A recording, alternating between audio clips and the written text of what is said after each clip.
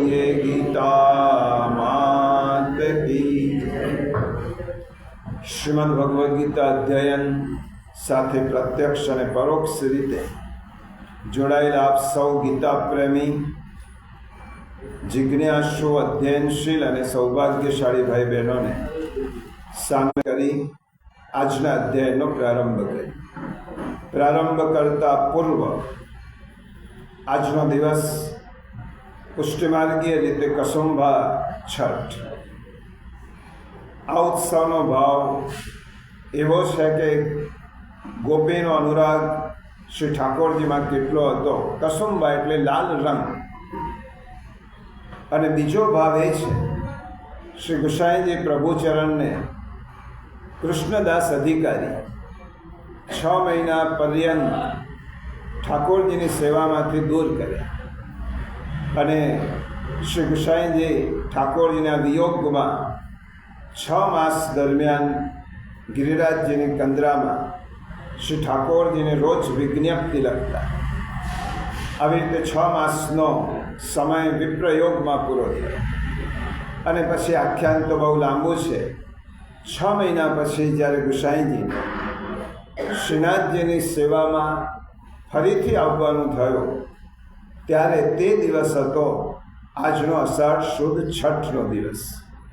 અને ગુસાઈજી અને શ્રીનાથજીનો પુનઃ મિલન થયું.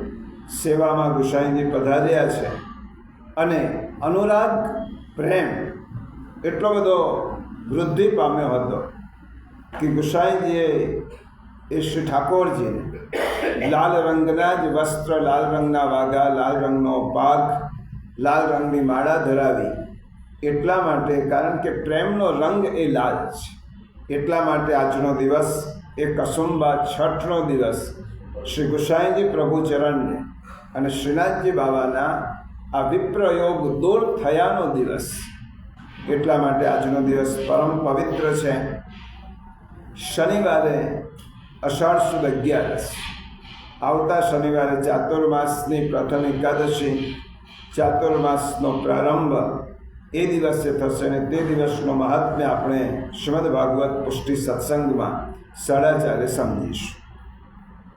પ્રિયજનો, આપણે અધ્યાય 10 વિભૂતિ યોગનો 7મા શ્લોક સુધીનો અધ્યયન ગયા રવિવારે કર્યો.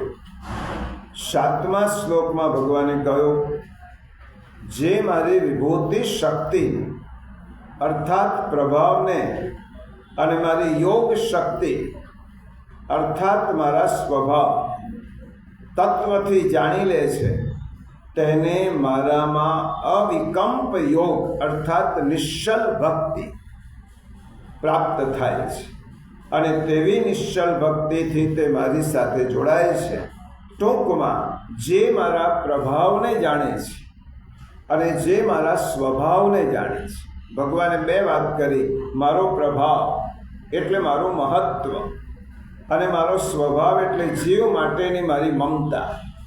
આ બંનેને જે વ્યક્તિ બરાબર સમજી લે છે તે વ્યક્તિ અવિકંપ યોગ એટલે નિશ્ચલ ભક્તિથી તેને ક્યારેય પણ મારો કોઈ જગ્યાએ અભાવ લાગતો જ નથી. એને મારો અભાવ વર્તાતો નથી. એ જ્યાં દ્રષ્ટિ કરે ત્યાં હું દેખાઉં છું, કારણ કે તેને મારા મહાત્મ્યને સમજ્યો છે અને તે મારા સ્વભાવને સમજ્યો છે. હવે ભગવાન 8મા શ્લોકમાં કેવી રીતે પ્રભુ નિશ્ચલ ભક્તિ ભગવાનની કેવી રીતે પ્રાપ્ત થાય છે તે ભગવાન 10મા અધ્યાયના 8મા શ્લોકમાં સમજાવે છે. 10મો અધ્યાય 8મો શ્લોક પહેલાં આપણે પારાયણ કરીએ. આજના આ અધ્યાયનો શ્લોક છે અધ્યાય 10 8મો શ્લોક, પાન નંબર 154. અહમ સર્વસ્ય પ્રભવો મત્તઃ સર્વં પ્રવર્તતે ઇતિ મત્વા ભજન્તે માં બુધા ભાવ સમન્વિતઃ. અહમ એટલે હું વાસુદેવ જ, સર્વસ્ય એટલે આખા જગતની, પ્રભવ એટલે ઉત્પત્તિનું કારણ છું, અને મત્તઃ મારાથી જ સર્વમ સમગ્ર જગત પ્રવર્તતે ચેષ્ટા કરે છે ઇતિ આ પ્રમાણે મત્વા સમજીને ભાવ એટલે શ્રદ્ધા અને ભક્તિ સમન્વિત એટલે રાખનારા બુધા તેનું કારણ શું? મારાથી જ સમગ્ર જગત ચેષ્ટા કરે છે આ પ્રમાણે સમજીને શ્રદ્ધા અને ભક્તિ રાખનારા બુદ્ધિમાન ભક્તો મુજ પરમેશ્વરને નિરંતર ભજે છે. જો સમશ્લોકે પણ એટલું જ છે, હું જ છું મૂળ સર્વેનું પ્રવર્તે મુજથી બધો એવું જાણી મને જ્ઞાની ભજતા ભક્તિભાવથી. આ શ્લોકમાં ભગવાને એક વાત ફરીથી સ્પષ્ટ કરી, હું જગતનો ઉત્પત્તિ કારણ છું. જે ગીતાના આગલા અધ્યાયમાં પણ ભગવાન 7મા અધ્યાયમાં કહી ગયા છે. ફરીથી ભગવાને કહ્યું, હું જગતનો ઉત્પત્તિ કારણ છું. પ્રભવ અહમ સર્વસ્ય જગત પ્રભવ, હું જ જગતનો નિમિત્ત કારણ છું અને હું જ જગતનો ઉપાદાન કારણ છું. ભગવાને કહ્યું કે આ જગતનું નિમિત્ત કારણ, ઉપાદાન કારણ અને ઉત્પત્તિ કારણ, આ ત્રણેય હું જ છું. જે કાંઈ છે તે પ્રભુએ કરી છે અને આ જગતમાં જે પણ કંઈ ચેષ્ટાઓ થઈ રહી છે એ ભગવાન જ કરે છે. 3 શબ્દો ન્યાયશાસ્ત્રના છે: ઉપાદાન કારણ, નિમિત્ત કારણ અને ઉત્પત્તિ કારણ. જ્યારે કોઈ વસ્તુનું સર્જન કરવાનું હોય ત્યારે સર્જક જુદો હોય, સર્જન જુદું હોય અને સર્જક સર્જન જેમાંથી કરે છે એ દ્રવ્ય જુદું હોય. દાખલા તરીકે કુંભાર માટીનો ઘડો બનાવે છે ત્યારે કુંભાર જુદો છે, માટી જુદી છે અને ઘડો જુદો છે. આ 3 વસ્તુ જુદા હોય. કુંભાર પણ જુદો, માટી પણ જુદી અને ઘડો પણ જુદો. તો ભગવાને આ સૃષ્ટિનું સર્જન કર્યું ત્યારે ભગવાન 3માં વહેંચાયેલા નથી. ભગવાન કહે છે હું જ ઉપાદાન કારણ છું, એટલે હું જ માટી છું, હું જ ઘડો છું અને હું જ કુંભાર છું.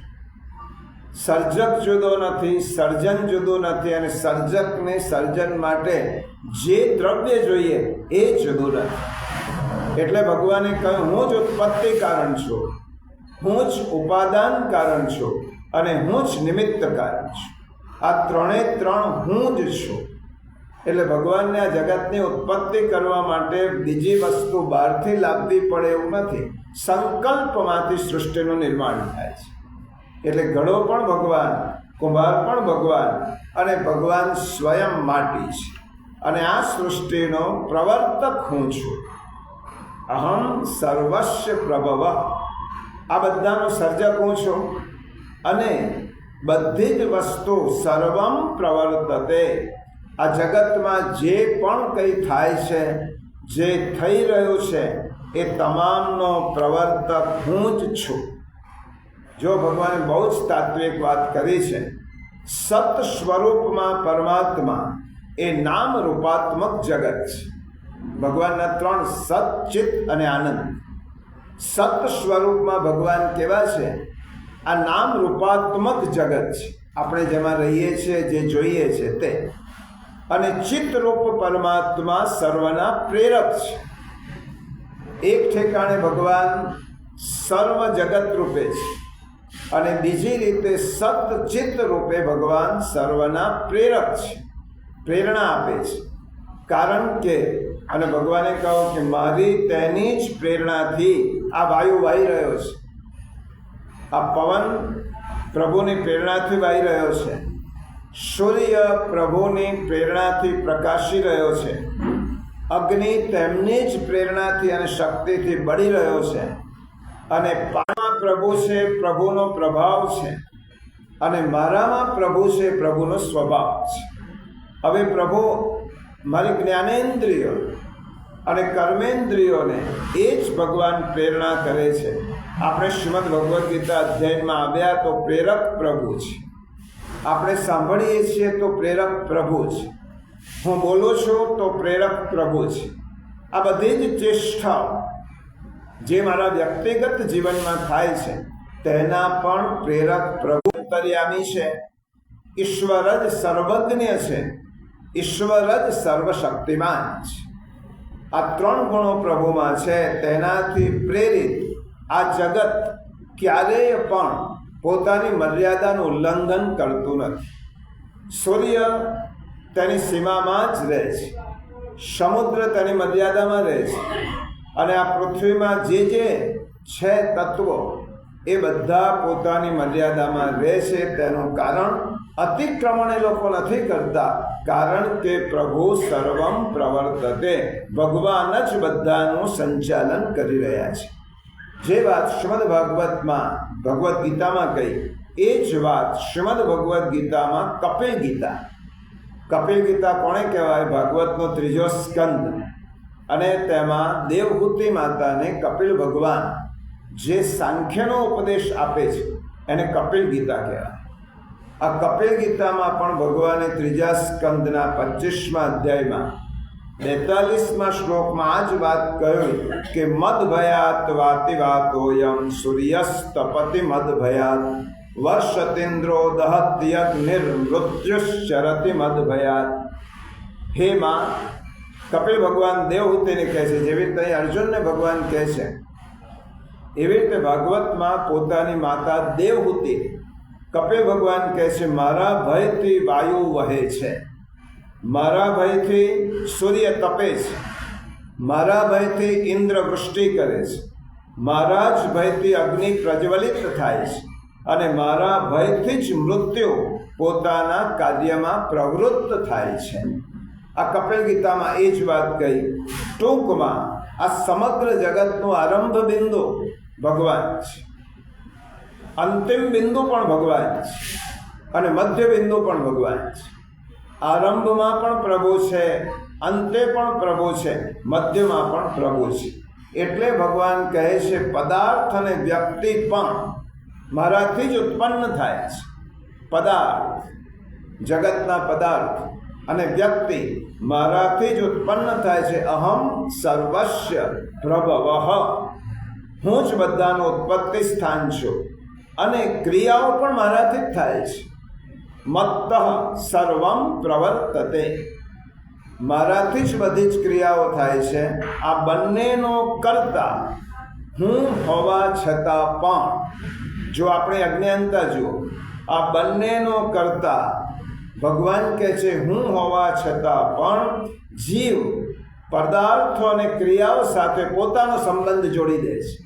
ખરેખર તો એ મારું જ ઉત્પત્તિ છે, પણ આ જીવ અજ્ઞાનવશ પદાર્થ અને વ્યક્તિ સાથે પોતાનો સંબંધ જોડી દે છે, અને પોતે ભોગતા બની જાય છે, અને પોતે કર્તા બની જાય છે. આપણા જીવનો સ્વભાવ ભગવાને કહ્યો છે, હું જ કરું છું, છતાં કરતા જીવ પોતાને માની લે છે, અને આ બધું જ મારાથી થાય છે, છતાં પણ જીવાત્મા એમ લાગે છે એને કે આ હું કરું છું, અને તેના કારણે તે બંધનમાં આવે છે. આ સીધી વસ્તુ છે. એ અલિપ્ત થઈ જાય. હું કરતો નથી અને હું મારું ઉત્પત્તિ સ્થાન નથી, આ માની લે, પદાર્થો અને ક્રિયાઓ સાથે પોતાનો સંબંધ તોડી નાખે તો તે બંધનમાં ન આવે. ભોગતા બનવાથી પદાર્થ એ બંધનકારક બની જાય છે, અને કર્તા બનવાથી ક્રિયાઓ બંધનકારક બની જાય છે. ક્રિયાઓ અને પદાર્થો આપણને બાંધે છે, કારણ કે આપણે માની લીધું છે હું જ કરું છું, આ મારાથી થાય છે. આ જેવું ભોગતા અને કર્તા આ બંને ભાવ છોડી દે તો બંધનથી મુક્ત છે. મુક્તિ એને પામવાની જરૂર નથી, એ મુક્ત જ છે. આ બંને વસ્તુ એને છોડવાની છે, ભોગતા અને કર્તા. રામકૃષ્ણ પરમહંસ પાસે એક વ્યક્તિ ગયો, પ્રભુ હે ગુરુદેવ, આ સંસાર આસક્તિ મને છોડતી નથી, સંસાર મને છોડતો નથી. રામકૃષ્ણ પરમહંસે કહ્યું ક્યારેક જવાબ આપીશ. બીજા દિવસે એને બોલાવ્યો, અને રામકૃષ્ણ પરમહંસે પેલા થાંભલાને જોશથી પકડી રાખ્યો, એક થાંભલાને, અને શિષ્યને પેલા આવેલા માણસને કહેવા લાગ્યા, જો ને આ થાંભલો મને છોડતો નથી તો મને થાંભલાથી છોડાવ. પેલાએ કહ્યું આવેલા માણસે, ગુરુદેવ તમે થાંભલાને પકડ્યો છે, થાંભલાએ તમને નથી પકડ્યા. હવે છોડવું એ તમારા હાથમાં છે. હું કેવી રીતે છોડાવું? તમે જ જાતે છોડી શકો છો. એવી રીતે સંસારે આપણને નથી પકડ્યા, આપણે સંસારને પકડે છે. અને સંસારને આપણે પકડ્યો હોવાથી છોડવા માટેનો પરિશ્રમ આપણે જ કરવો પડે. સંસાર આપણને નહીં છોડે, કારણ કે તો જળ છે. આપણે સંસારને છોડવો પડશે. એટલા માટે જીવ ભોગતા અને કરતા આ બંને ભાવ છોડી દે તો એ મુક્ત જ છે, પછી એને કોઈ બાંધી ન શકે. આ જ સંદર્ભની વાત આપણે 7મા અધ્યાયમાં 2 શ્લોકમાં કરી ગયા છે. જુઓ, અધ્યાય 7મો, શ્લોક 7મો અને અધ્યાય 7, શ્લોક 12, પાન નંબર 121 અને 22. એટલા માટે એનું પુનરાવર્તન ફરીથી નહીં કરું. 7મો અધ્યાય 7મો શ્લોક, પાન 121. મત્તઃ પરતરમ નાન્યત કિંચિદસ્તિ ધનંજય મયી સર્વમિદં પ્રોતમ સૂત્રે મણિગણા ઇવ. હે ધનંજય, મારા સિવાય બીજું કોઈ પણ પરમ કારણ નથી. આખું જગત દોરામાં પરોવાયેલા મણિઓની પેઠે મારામાં ગૂંથાયેલું છે. અને પછી ભગવાને 12મા શ્લોકમાં કહ્યું, પાન નંબર 122, યે ચૈવ સાત્વિકા ભાવા રાજસાસ્તામસાશ્ચયે મત્ત એવેતિ તાન વિદ્ધિ નત્વહમ તેષુ તે મયી. વળી જે સત્વગુણમાંથી ઉદ્ભવતા ભાવો છે તેમજ રજોગુણ અને તમોગુણમાંથી ઉત્પન્ન થતા ભાવો છે એ બધાને તું મારાથી જ થનારા સમજ. એમ હોવા છતાં પણ વાસ્તવમાં તેમનામાં હું કે તેઓ મારામાં નથી. ભગવાને આ વાત કહી છે, મારા સિવાય આ સંસારનું બીજું કોઈ પણ કારણ નથી, કિંચિત માત્ર પણ કોઈ કારણ નથી. તે વાત વિગતે 7મા અધ્યાયમાં અધ્યાત્મ અને વિજ્ઞાનનો સંયોગ કરીને આપણે સમજ્યા છીએ. આ શ્લોકમાં જે આપણે સમજવાનું છે આજે, આ વાત તો આપણે પૂર્વમાં સમજ્યા કે ભગવાન જ આ સૃષ્ટિનો કર્તા છે, ભગવાન જ કારયિતા છે, પ્રભુ જ સર્વનું ઉત્પત્તિ સ્થાન છે. આ જગતમાં જે ચેષ્ટાઓ થઈ રહી છે એ ભગવાન જ કરે છે. મમ પ્રવર્તતે. અને આ શ્લોકમાં જે બીજી વાત કહી છે એ મહત્વની છે. ઇતિ મત્વા ભજન્તે મામ બુધા ભાવ સમન્વિતા. આ શ્લોકનો ઉત્તરાર્ધ આજે સમજવા અને પ્રેમપૂર્વક મારું ભજન અને ભક્તિ કરે છે. શું જાણે છે ભક્તો? હું જ કરતા છું અને હું જ સર્વ ચેષ્ટાઓ કરી રહ્યો છું એ જાણે છે અને એ રીતે મને ભજે છે, મારું ભજન કરે છે. પરંતુ ભજવા યોગ્ય આ સૃષ્ટિમાં જો કોઈ હોય તો એ ભગવાન. એટલે બુદ્ધિમાન લોકો, જ્ઞાની લોકો, બુધા, ભાવ સમન્વિતા, ભાવ અને શ્રદ્ધાથી ધરાવતા લોકો, મામ ભજન્તે, મારી ભક્તિ કરે છે. એકલા બુધા નહીં, એકલા બુદ્ધિમાન લોકો નહીં, ભાવ સમન્વિતા, જેમને ભાવ છે, મારામાં શ્રદ્ધા છે, તે લોકો મારી ભક્તિ કરે છે. બુદ્ધિમાન લોકો, જ્ઞાની લોકો જરૂર છે. પરંતુ ભગવાનને અનુભવવો હોય તો ભક્તિની જરૂર છે, ભાવની જરૂર છે. બુદ્ધિ ભગવાનને ઓળખાવે અને ભક્તિ ભગવાનને પમાડે. ભક્તિ એટલે ભાવ. ભગવાનને માનવો હોય તો બુદ્ધિની જરૂર છે, ઇન્ટેલેક્ચ્યુઅલ લવ ટુવર્ડ્સ ગોડ. ભગવાનને માનવા માટે બુદ્ધિની જરૂર છે અને ભગવાનને માણવા માટે ભક્તિની જરૂર છે. ભગવાનને માણવો હોય તો ભાવની જરૂર છે. ગીતા કહે છે કે ઈશ્વરને જોવાનો હોતો જ નથી, ઈશ્વરને અનુભવવાનું છે. તે સમુદ્રને જોઈ શકતી નથી, પરંતુ એવી રીતે આપણું અસ્તિત્વ ભગવાનને કારણે છે. ભલે ભગવાન દેખાતો નથી, ભગવાનને જોવાનો હોય જ નહીં, ભગવાનને અનુભવવાનો હોય.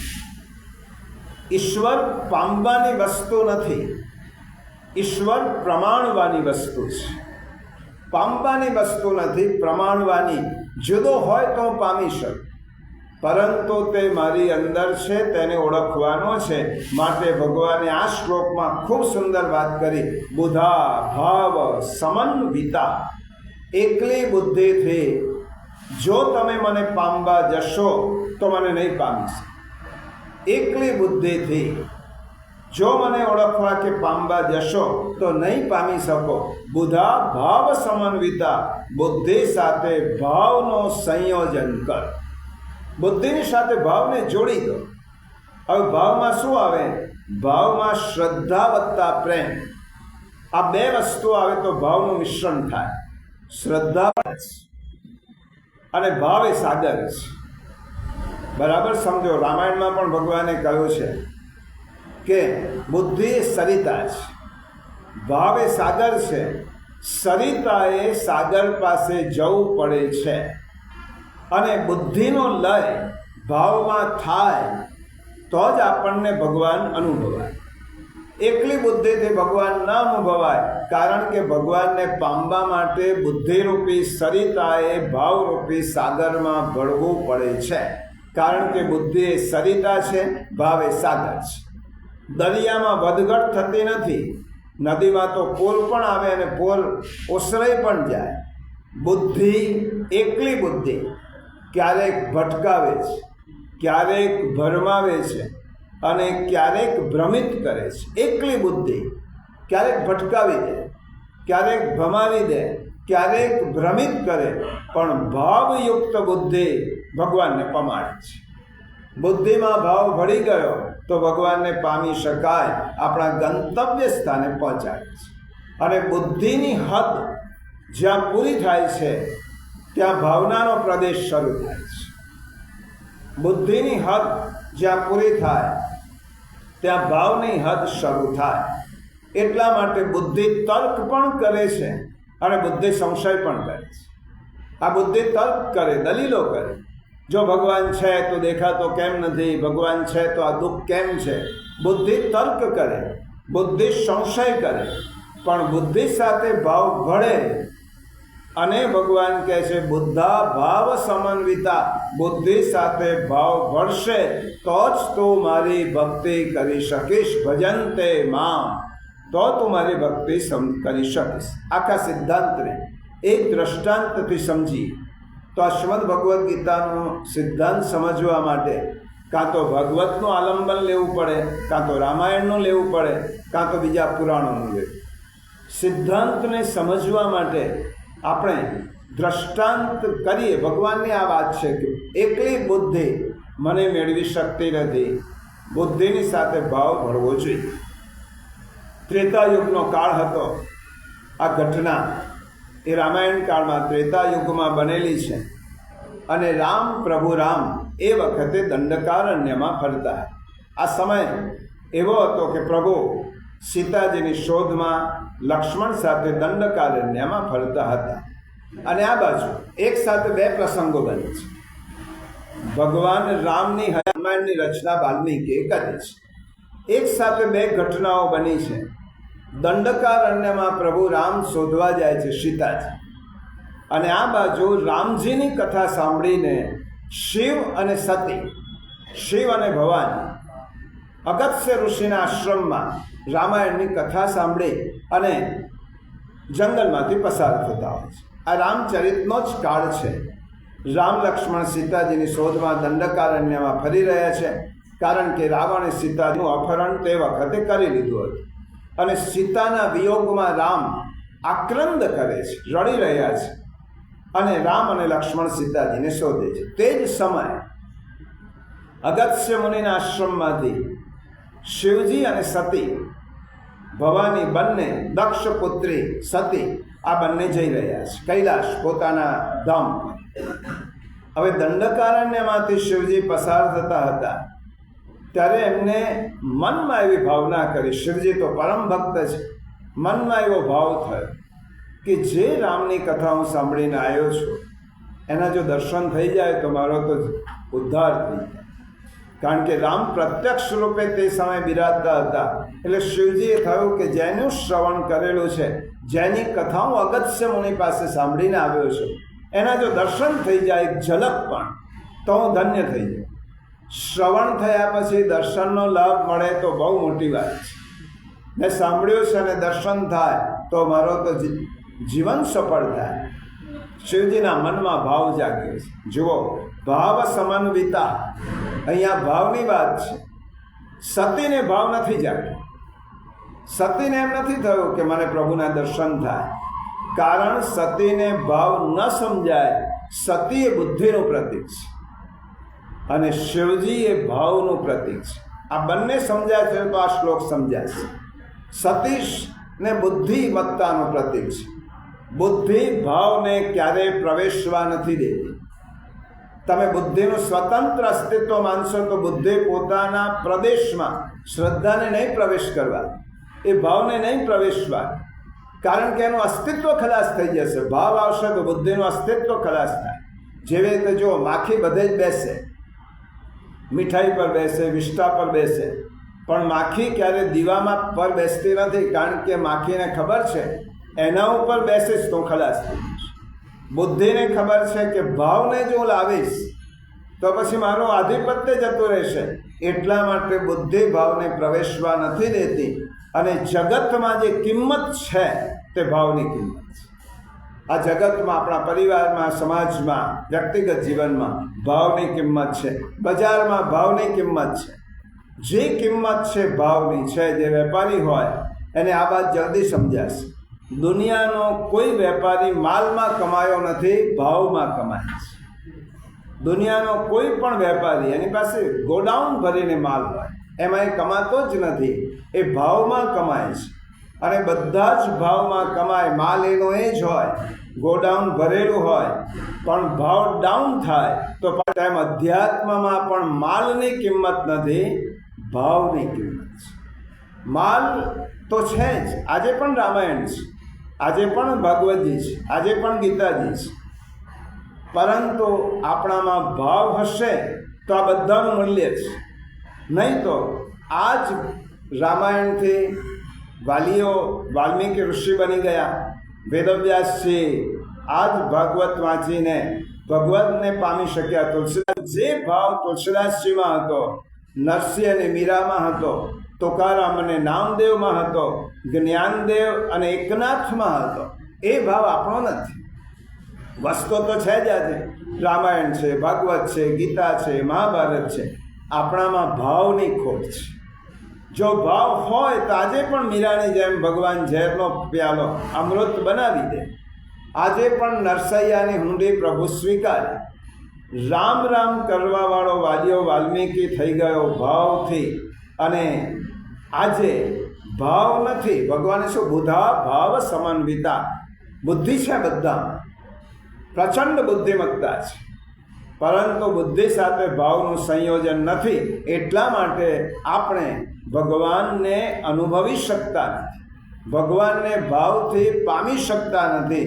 શિવજી ભાવનો સાગર છે અને સતી બુદ્ધિની સરિતા છે. શિવજીમાં ભાવ છે. મનમાં રામ દર્શનની ઈચ્છા થઈ મહાદેવજીને, શિવજીને, અને અંતર્યામી પ્રભુ તો ભક્તનો ભાવ સમજી જાય છે. ભગવાનને થયું કે મારા પરમ ભક્ત મહાદેવજીને મારા દર્શનની ઈચ્છા થઈ છે. ભલે હું સીતાની શોધમાં જઉં છું, પરંતુ શિવજીનો મનોરથ પૂરો કરો. અને તુલસીદાસજી લખે છે, શંભુ સમય તેહી રામ અહીં દેખા. એ જ સમયે દંડકારણ્યમાં આવો મનોરથ થયો, અને તે જ સમયે દંડકારણ્યમાં રામ અને લક્ષ્મણને મહાદેવજીએ જોયા. સીતાજીની શોધ કરતા હતા, અને તે જ સમયે શંભુ સમય તેહી રામ અહીં દેખા. રામ લક્ષ્મણ સીતાજીને શોધી રહ્યા છે. વિરહથી વ્યાકુળ છે. વિરહ વિકલ નર ઇવ રઘુરાય. જાણે એક વિયોગી વ્યક્તિ પોતાની કિંમતી વસ્તુને શોધતો હોય અને જેવી રીતે આક્રંદ કરતો હોય, એ સ્વરૂપ શિવજીએ જોયું. રામચંદ્રજી શોધી રહ્યા છે સીતાજી. એ નાટકના લીલાધરને શંકર ભગવાન સમજી ગયા કે આ તો લીલાધરની લીલા છે, આ પ્રભુનું નાટક છે. પ્રભુ સમજી ગયા અને હૃદયમાં ભાવ પ્રગટ થયો. એવો ભાવ પ્રગટ થયો, શિવજીના મોઢામાંથી શબ્દો નીકળી પડ્યા, હે સચ્ચિદાનંદ, હે જગદાનંદ, આપનો જય. રામાયણની જ કથા સાંભળી અને શિવજી આવી રહ્યા છે. મનમાં ભાવ થયો છે કે પ્રભુના દર્શન થઈ જાય, અને પ્રભુએ દર્શન આપ્યા. બોલ્યા, સચ્ચિદાનંદ, જગદાનંદ, આપનો જય હો. આ વાત સતીએ સાંભળી. સતીએ આ દ્રશ્ય જોયું અને સતીએ આ વાત સાંભળી. એમને કંઈ દેખાયું નહીં. એમને લાગ્યું કે આ તો આશ્ચર્ય છે, એક વ્યક્તિ પોતાની કોઈ ખોવાયેલી વસ્તુને શોધવા માટે રડતા રડતા જઈ રહ્યો છે અને મારો પતિ એને સચ્ચિદાનંદ કહીને પ્રણામ કર્યા. સતીને શંકા. જો દ્રશ્ય સમજી લો, બુદ્ધિનું પ્રતીક છે. સતીને શંકા. એક જ ઋષિ પાસે બંને જણા રામાયણની કથા સાંભળીને આવેલા છે. અગત્ય ઋષિ પાસે શિવ અને પાર્વતી, શિવ અને સતી, પાર્વતીની સતી, એ રામાયણની કથા સાંભળીને આવેલા છે. બંને જણે પ્રભુના દર્શન કર્યા છે. જો ભાવની વાત છે, દ્રશ્ય બંને એક જ જુએ છે, કથા બંને જણે એક જ સાંભળી છે, પરંતુ શિવજીમાં ભાવનો ઉભરો આવ્યો અને સતીને શંકા ગઈ. કારણ કે બુદ્ધિ એ શંકા કરે છે, બુદ્ધિ એ સંશય કરે છે અને ભાવ એ શ્રદ્ધાથી નમી પડે છે. શિવને રામ ન સમજાયા, શિવને રામ સમજાયા ભાવને કારણે, સતીને રામ ન સમજાયા. જોયા છતાંય ન સમજાયા. ભાવ હોય તો રામ સમજાય, બુદ્ધિથી પ્રભુને ન સમજાય. ભગવાને કહ્યું બુધા ભાવ સમન્વિતા. ઈશ્વરને સમજવા માટે ભાવની જરૂર છે, શ્રદ્ધાની જરૂર છે. પાંડિત્ય ગમે તેટલું હોય, શાસ્ત્ર જ્ઞાન ગમે તેટલું હોય, પણ પ્રભુમાં પ્રેમ નહીં હોય તો પ્રભુને પામી શકાય નહીં. એવી રીતે ભાષા ગમે તેટલી ઊંચી હોય, ભાષા ગમે તેટલી ભવ્ય હોય, પણ ભાવ શૂન્યતા હશે તો ભગવાનના દર્શન ક્યારેય થવાના નથી. એ ભગવાનનું સ્વરૂપ જોતા પણ ભ્રમ થશે. તમે જો રામાયણમાં સબરી ક્યાં વેદ ભણવા ગઈ? સબરીને સામે ચાલીને ભગવાન ત્યાં એની ઝૂંપડીમાં આવ્યા. ભાવ એ ભગવાનને ખેંચી લાવે છે. ભાવમાં એ સામર્થ્ય છે કે પ્રભુ પણ ખેંચાય. સતી ન પામી શક્યા એટલું જ નહીં, રામના સ્વરૂપને જોઈને સતીને શંકા. બનેલી ઘટના તુલસીદાસજી અને વાલ્મીકી ઋષિએ લખી છે. અને શિવજીને મારા સ્વામી આને પ્રણામ કર્યા. સ્વામી આને પ્રણામ કેમ કર્યા હતા? એ આ તો કોઈને શોધવા માટે ફરી રહ્યા છે, આકળ વિકળ છે, અને વિયોગીની જેમ ફરી રહેલા એક વ્યક્તિને તમે પ્રણામ કરો છો. શિવજી શંકર સતીને કહે છે, દેવી તમે અવસર ચૂકી ગયા. કેમ? દેવી તમે ઓળખી ન શક્યા. જેને તમને ઓળખી ન શક્યા એ પરબ્રહ્મ પરમાત્મા છે. જો વિચાર કરો પ્રિયજનો, ભાવ વગર ભવાની પણ ભગવાનને ન પામી શક્યા અને ભ્રમિત થઈ ગયા તો આપણે ભાન ભૂલેલા. આપણી હેસિયત ભગવાનને ઓળખવાની કેટલી? સ્વયં સતી ભગવાનને ન ઓળખી શક્યા, ભાવ નહોતો, અને તે વખતે શિવજીએ કહ્યું દેવી અવસર ચૂકી ગયા. મારા પ્રભુએ દર્શન આપ્યા આપણને, એ મેં પણ કર્યા અને તમે પણ કર્યા, તમે તક ગુમાવી દીધી. શિવજી કહે છે જાસુ કથા કુંભજ ઋષિ ગાઈ. જે અગત્ય ઋષિ પાસે આપણે કથા સાંભળીને આવ્યા છીએ એ જ ભક્તિ જાસુ મેં મુનિ સુનાય. જે ભક્તિનું દાન મેં અગત્ય ઋષિને કર્યું છે, સોઈ મમ ઈષ્ટદેવ રઘુવીરા. એ મારા ઈષ્ટદેવ રઘુવીર એ જ હતા. સેવત જાહી સદા મુનિ ધીરા. જેને મુનિઓ ભજન કરે છે પ્રભુ હતા. જેની કથા સાંભળવા માટે આપણે હમણાં જ અગત્ય ઋષિના આશ્રમમાંથી આવ્યા છીએ. જે અગત્ય ઋષિને મેં જેમની ભક્તિનું દાન કર્યું છે એ પ્રભુ, એ ઈષ્ટદેવ રઘુવીરા, મારા ઈષ્ટદેવ રઘુવીર પરમાત્મા પોતે છે. અને જે ઋષિઓ જેનું ધ્યાન કરે છે, સોઈ રામ, એ જ રામ છે જે વ્યક્તિના રૂપમાં દેખાય છે અને ઘટ ઘટમાં બિરાજે છે. સર્વવ્યાપક છે, અખિલ બ્રહ્માંડના નાયક છે, પરબ્રહ્મ છે, માયાના અધિપતિ છે, સ્વતંત્ર શક્તિ છે. એને કોનો વિયોગ હોય? એ કોને શોધવા જાય? એને સંયોગ પણ કેવો ને વિયોગ પણ કેવો? હે સતી, આ તો લીલાધરની લીલા છે. આ ભગવાનનું એક નાટક છે. જેવી રીતે સ્ટેજ પર ઊભો રહીને કોઈ કુશળ અભિનેતા અભિનય કરે, એવી રીતે આ જગતનો નાથ આજે રામાયણના આ ચરિત્રમાં એ અભિનય કર્યો છે. સતી આપણું સદભાગ્ય છે કે રામના દર્શન થયા, પણ તમે મોકો ગુમાવી દીધો. સતી હજી માનવાને તૈયાર નથી. એમ કહે છે, સામે દલીલો કરી, જો બુદ્ધિ દલીલો કરે, બુદ્ધિ તર્ક કરે. એ એમ કહે છે, તમે જેને બ્રહ્મ કહો છો એ જો બ્રહ્મ હોય તો બ્રહ્મને ખબર ના હોય કે મારી પત્નીને કોણ લઈ ગયું છે. આ જો બુદ્ધિ દલીલો કરે છે, બ્રહ્મ કહો છો તો એ બ્રહ્મને એટલી ખબર નથી કે મારી પત્નીને કોણ લઈ ગયું છે. તો વૃક્ષોને પૂછે છે, સીતાને જોઈ. અને બ્રહ્મ કંઈ પોતાની પત્નીના વિયોગમાં આવી રીતે વૃક્ષોને પૂછતો હશે. અને સીતે કરીને બ્રહ્મ કોઈ દિવસ રુદન કરે? શંકરજી સમજાવે છે, છતાં સતી ના ગળે વાત ઉતરતી નથી.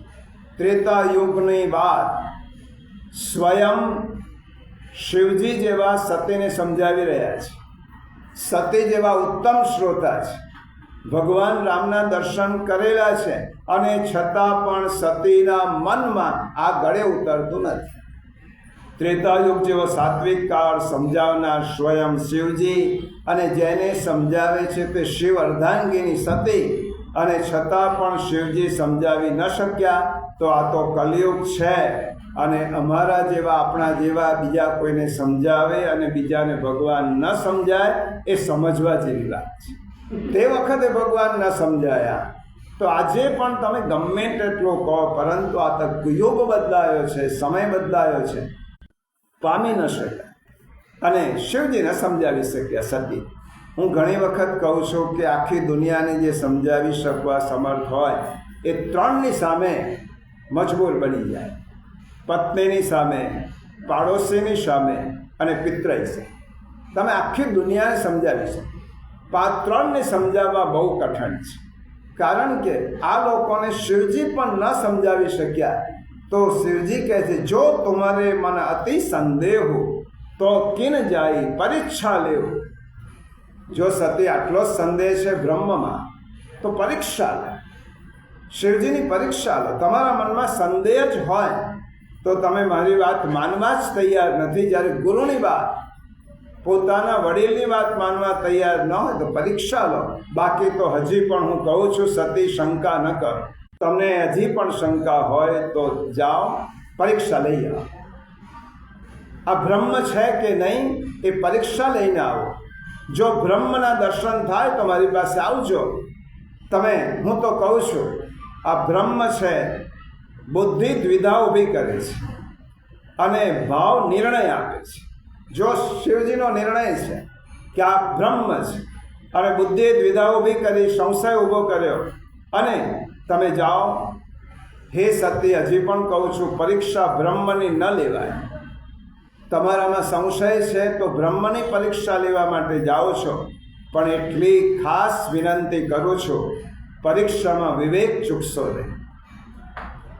રામની પરીક્ષા લેવા જાઓ છો તો મનમાં વિવેક ચૂકશો નહીં, કારણ કે બ્રહ્મની ક્યારેય પરીક્ષા નહીં લેવાય. પરીક્ષા તો એની લેવાય કે જેની આવડતની ચકાસણી કરવાની હોય, પણ જે આવડતનો જ ધોધ છે એની શું ચકાસણી કરશે? અને બુદ્ધિ પરીક્ષા કરાવે અને ભક્તિ પરીક્ષા આપે. જો શિવજીએ પરીક્ષા આપી છે, રામે પરીક્ષા આપી છે, બુદ્ધિએ પરીક્ષા કરી છે. અને શંકર એક વડલાના ઝાડ નીચે શિવજી બેસી ગયા અને નિર્ણય કર્યો, મારા કહેવાથી જો સતીને શંકા ગઈ છે તો ગીતામાં ભગવાને કહ્યું, સંશયાત્મા વિનશ્યતિ. જેને સંશય થાય છે તેનો નાશ નક્કી જ છે. જો ચોથા અધ્યાયનો 40મો શ્લોક ભગવાને કહ્યો છે, પાન 91 ચોથો 40મો શ્લોક: અશ્રદ્ધાનશ્ચ સંશયા અગ્ન્યશ્ચ શ્રદ્ધાનશ્ચ સંશયાત્મા વિનશ્યતિ. 91 પાન નંબર ભગવાને કહ્યું છે, સંશયગ્રસ્ત માણસ પરમાર્થથી નિશ્ચિતપણે ભ્રષ્ટ થઈ જાય છે.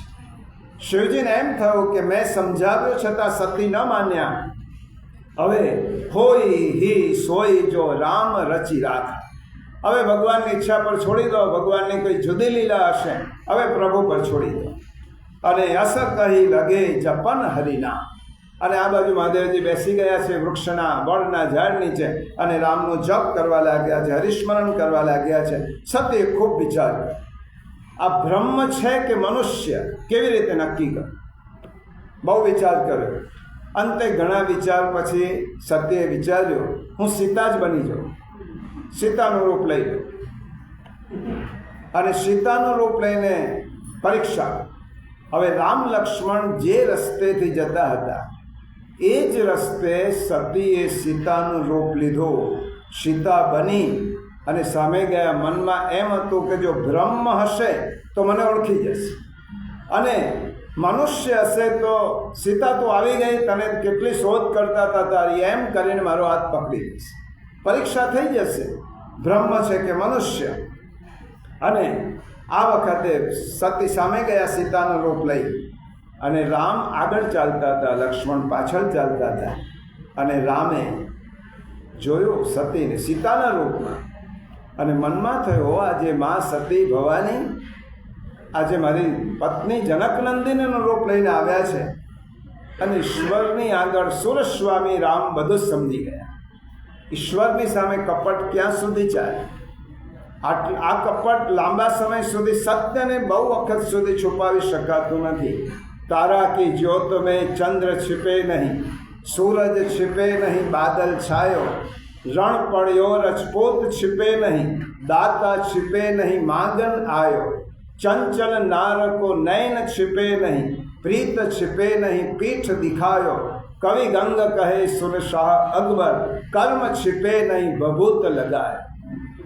કર્મ તમારા આડંબરથી ક્યારે પણ છુપાતા નથી. જેવા સતી સામે આવ્યા, પત્ની સામે દેખાય ત્યારે પ્રણામ ન કરે, પ્રણામ કર્યા છે. અને સતી ન સમજ્યા. પ્રભુ રામે પૂછ્યો, મારા પિતાજી શંકર ક્યાં છે? સીતાના રૂપમાં સતીને પૂછ્યો કે મારા પિતાજી શંકર ક્યાં છે? રામના વાક્યમાં એટલો બધો વ્યંગ્ય હતો, એટલો બધો કટાક્ષ હતો. માં સરિતા છો તો સાગરની પાસે જવું જોઈએ, એટલા માટે કહ્યું કે સરિતા રૂપ છો તો સાગર પાસે જાઓ, સંશય ન થાય. અને સરિતાની ગતિ સાગર તરફ ન હોય તો તે સંશયના વંટોળિયામાં તે સુકાઈ જાય. માં તમે સંશય કર્યો છે. સીતા એકલા હતા તોય એમનું અપહરણ થઈ ગયું, તો તમે એકલા શા માટે જંગલમાં ભટકો છો? માં કહ્યા એટલે સતી સમજ્યા કે મને ઓળખી ગયા છે, અને એકદમ દોડ્યા, બોલી શક્યા. સતી સીતાના રૂપમાં ભાગવા લાગી. હવે ઈશ્વરની આગળ કપટ ક્યાં સુધી રહે? રામજીએ લક્ષ્મણની સામે જોયું. લક્ષ્મણ તો ગઈકાલે જ મને પૂછતો હતો કે માયા કોને કહેવાય, માયા કોને કહેવાય. જો આજ મારી માયા કે જેને સતીને લપેટામાં લઈ, આજ મારી માયા. બીજા બધાની વાત જવા દો, ભવાની જગદંબાને જેને લપેટામાં લીધા, આજ મારી માયા છે. અને સતી કંઈ બોલ્યા વગર દોડ્યા. રામજીને થયું કે મારું ઐશ્વર્ય જો નહીં બતાવું તો હજી સંશય કરશે. અને સતી દોડતા જાય છે. દોડ્યા એટલે માર્ગમાં સામે જ રામ, લક્ષ્મણ અને સીતા દેખાય. સતીને થયો હમણાં તો એમની પત્નીને શોધે છે ને, ત્રણેયના દર્શન કર્યા, રામ, લક્ષ્મણ, સીતા. પાછળ જોયું તો રામ, લક્ષ્મણ, સીતા ચારે બાજુ દ્રષ્ટિ કરી, ત્યાં પ્રભુ દેખાયા. અને રામ જ્યાં જુએ ત્યાં દેખાયા. અને એવું પણ જોયું કે પ્રભા દેવી દેવતાઓ, તેમની બ્રહ્માદિ દેવો તેમની સેવા કરી રહ્યા છે. મારા પતિ શિવજી પણ તેમની સેવા કરી રહ્યા છે. અને સતીએ પોતાને પણ જોયા કે હું પણ એમની સેવા કરું છું, અને છતાં પણ સંશય થયો. આ બધું જ જોઈને સતીને ચક્કર આવ્યા. આંખો બંધ કરી, કછું ન દિખત તહ દક્ષ કુમાર. તુલસીદાસજી લખ્યું છે દક્ષ કુમારી, સતી શબ્દ નથી લખ્યો, શિવ પત્ની નથી લખ્યું, દક્ષની પુત્રી. કારણ કે પ્રભુમાં સંશય થાય તો તે દક્ષની પુત્રી જ હોય, એ શિવની અર્ધાંગીની ન હોય. અને કચ્છું ન દિખત તહ દક્ષ કુમારી. આટલું બધું જોવા છતાં સતી વાસ્તવમાં કંઈ જોઈ શક્યા નહીં. દક્ષની પુત્રે રામનું ઐશ્વર્ય જોયું તોય કંઈ પામી શક્યા નહીં. કારણ કે બુદ્ધિની આંખોથી ભગવત દર્શન ક્યારે પણ ન થઈ શકે. ભગવત દર્શન કરવા હોય તો ભાવની આંખો જોઈએ, શ્રદ્ધાની આંખો જોઈએ. અને ભાવ ન હોય તો ભગવાનના દર્શન ન થઈ શકે. શિવજીને થયો, હવે પાછા આવે, મોડું પડેલું હોય. શિવજી જો સતી પરીક્ષા કરીને આવ્યા છે, પૂછ્યું પરીક્ષા થઈ ગઈ? કશું બોલ્યા નહીં. શિવજી આંખો બંધ કરીને આખું દ્રશ્ય જોયું. મારી અર્ધાંગીનીએ જ્યારે મારી માનો વેશ ધારણ કર્યો, સીતાજીનો, હવે મારાથી આની સાથે ગૃહસ્થ ધર્મ ન સ્વીકાર. હવે ગૃહસ્થ ધર્મનું પાલન ન થાય, મનથી ત્યાગ કરે. હવે જે મારી પત્નીએ મારી માનો વેશ ધારણ કર્યો એની સાથે ગૃહસ્થ ધર્મ કેવી રીતે સ્વીકારી શકો? અને પછી તો આખ્યાન બહુ લાંબુ છે. દક્ષ પ્રજાપતિના યજ્ઞની વાત છે. સતી ત્યાં યજ્ઞમાં ભડથું થઈ જાય છે. અને પછી શિવજીએ ક્યારે અંગીકાર કર્યો? જ્યારે બીજો જન્મ લીધો હિમાલય અને મેનકાની પુત્રી તરીકે, પાર્વતી તરીકે. ત્યારે તમે ભગવદ દર્શન કરી શકો. બુદ્ધિ એ તમને ભગવાન સુધી પહોંચાડે પણ ભગવત દર્શન ન કરાવી શકે. આ બુદ્ધિની મર્યાદા છે. એટલા માટે ભાવ સંન્યાસ નિર્ણય ગ્રંથમાં શ્રી મહાપ્રભુજી એટલા માટે કહું, ભાવો ભાવનયા સિદ્ધ. જે ગીતામાં કહ્યું, જે રામાયણમાં કહ્યું, એ આચાર્ય ચરણે કહ્યું છે. ભાવો ભાવનયા સિદ્ધ સાધનમ નાન્ય દિશ્ય. ભાવના દ્વારા જ ભાવ સિદ્ધ થાય છે. તે સિવાય બીજો કોઈ સાધન નથી ભગવત પ્રાપ્તિ માટે. અને ભાવના સાધનમ યત્ર ફલમ ચાપી તત્તયા ભવે. જેની પાસે ભાવ એટલે ભક્તિરૂપી સાધન છે તેને ફળ રૂપે સાક્ષાત પ્રભુ જ મળે છે. બીજું કોઈ મળતું નથી. જો ભાવ હશે તો ભગવાન મળશે. ઇતિમત લઈ લઈએ. હમણાં જ ભગવાન જગન્નાથજી રથયાત્રાનો ઉત્સવ, જગન્નાથ પ્રભુ નગરચર્યાએ નીકળે છે અને લોકોને દર્શન આપે છે. કર્માબાઈ નામની ભગવાન જગન્નાથજીની પરમ ભક્ત સ્ત્રી, કર્માબાઈ એનું નામ. એનું નામ તો બીજું હતું, પણ એમ કહેવાય છે કે જગન્નાથ પ્રભુ બાલભોગ આરોગવા માટે કર્માબાઈને ત્યાં આવતા અને એમ કહેતા, મોડું થાય, અવેર થાય, વિલંબ થાય. એટલે પ્રભુ આમ તો આચાર વિચાર એક ઝૂંપડીમાં રહે, આચાર વિચારનું પાલન એક ઝૂંપડીમાં આ સ્ત્રી શું કરી શકે? પણ પ્રભુ પ્રત્યે અપાર ભાવ, એટલો બધો ભાવ ભગવાન માટે, પુત્રવત ભાવ. જે કર્યું હોય પ્રભુને અર્પણ કરે. અને રોજ સવારે આ કર્માબાઈ ખીચડી બનાવે, રોજ ખીચડી બનાવે અને જગન્નાથજીને ભોગ થાય. અને પ્રભુને કહે, પ્રભુ પધારો, ખીચડી તૈયાર થઈ ગઈ છે. અને જગન્નાથજી એ પટાંગણમાંથી દોડતા દોડતા આવી અને કર્માબાઈની પાસે આવે. તેની ખીચડી આરોગે, સ્વયં પ્રગટ થઈને કર્માબાઈની ખીચડી આરોગે, પ્રેમથી ભોજન કરે. અને મંદિરમાં વિવિધ પ્રકારના ભોગ ધરાય. પણ આ ખીચડી ખાધા વગર પ્રભુને કશુંક એવું લાગે કે આજે કંઈક ખાધું નથી, કંઈક ખૂટે છે. આ બંનેનો ક્રમ. કર્માબાઈ સવારમાંથી ઉઠ્યા પછી ખીચડીનો ભોગ ધરે, બાલભોગ. ઠાકોરજીને બોલાવે. જગન્નાથ પ્રભુ તેની ઝૂંપડી ચોખ્ખો નથી કરતી, ભગવાનનું જુદું સ્થાન નથી, એક નાનકડી ઝૂંપડી. અને ખીચડી બનાવે છે અને પ્રભુને ભોગ આરોગાવે છે. તેમને જોયું, ચોખ્ખો નહીં, સ્નાન નહીં, કોઈ આચાર વિચાર નહીં.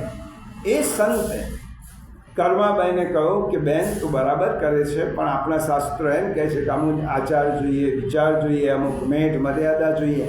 પછી આપણે ઠાકોરજી માટે સામગ્રી સિદ્ધ કરીએ, પછી બોલાવીએ. પેલે કહો એમ, મને આ બધી તો ખબર જ નહીં. ભગવાન જગન્નાથ સંતની સામે કરડાઈથી જોવા લાગ્યા કે આજ સુધી બધું બરાબર ચાલતું હતું, આ ક્યાંથી પંડિત ટપકી પડ્યો અને આને બધું શીખવાડ્યું, આમાં મારે ભોગ થાય, જલ્દી ભોગ લાવ, મને ભૂખ લાગી છે. અને હવે ખીચડી બહુ ઉતાવળમાં કર્માબાઈએ ખીચડી કરી, ગરમા ગરમ ખીચડીનો ભોગ ધર્યો. મંદિરમાં પણ ભોગ લાગવાની તૈયારી, એટલે મોડું થતું હતું. અને ઠાકોરજીએ કહ્યું છે, કર્માબાઈ જલ્દી કર, મને ભોગ ધરાવ, મને ભૂખ લાગી છે. અને ઉતાવળ કરીને ખીચડીનો ભોગ ધર્યો. પાણી પણ પીધું નહીં પ્રભુએ. અને મુખ્ય મંદિરમાં ગરુડ ઘંટી વાગી એટલે પ્રભુ દોડ્યા કે હમણાં રાજભોગના દર્શન થશે. ને પ્રભુ જેવા દોડ્યા, ઉતાવળે હાથ પણ હેઠા હતા, મોઢા ઉપર ખીચડી ચોંટેલી હતી, પાણી પીધું નહોતું. અને જ્યાં પટ ખોલ્યો પંડાઓએ અને જગન્નાથ મહારાજનું મોઢું એઠું જોયું. હાથ પણ ખીચડીવાળા ધોયેલા નહોતા. એટલે પૂજારીએ પૂછ્યું, પ્રભુ આ શું માયા છે, આ કઈ લીલા કરી છે? આપણા મોઢા ઉપર હજી ખીચડીની જૂઠણ લાગી છે. કયા ભક્તે આપણે ખીચડી આરોગ્યા? ક્યાંથી ખીચડીને જમીને આવ્યા? કૃપા કરીને કહો. અને જગન્નાથ પ્રભુએ બધી જ વાત કરી. કર્મા નામની એક ભક્તબાઈ છે, રોજ મને ખીચડીનો બાલભોગ ધરાવે છે, હું ત્યાં જાઉં છું.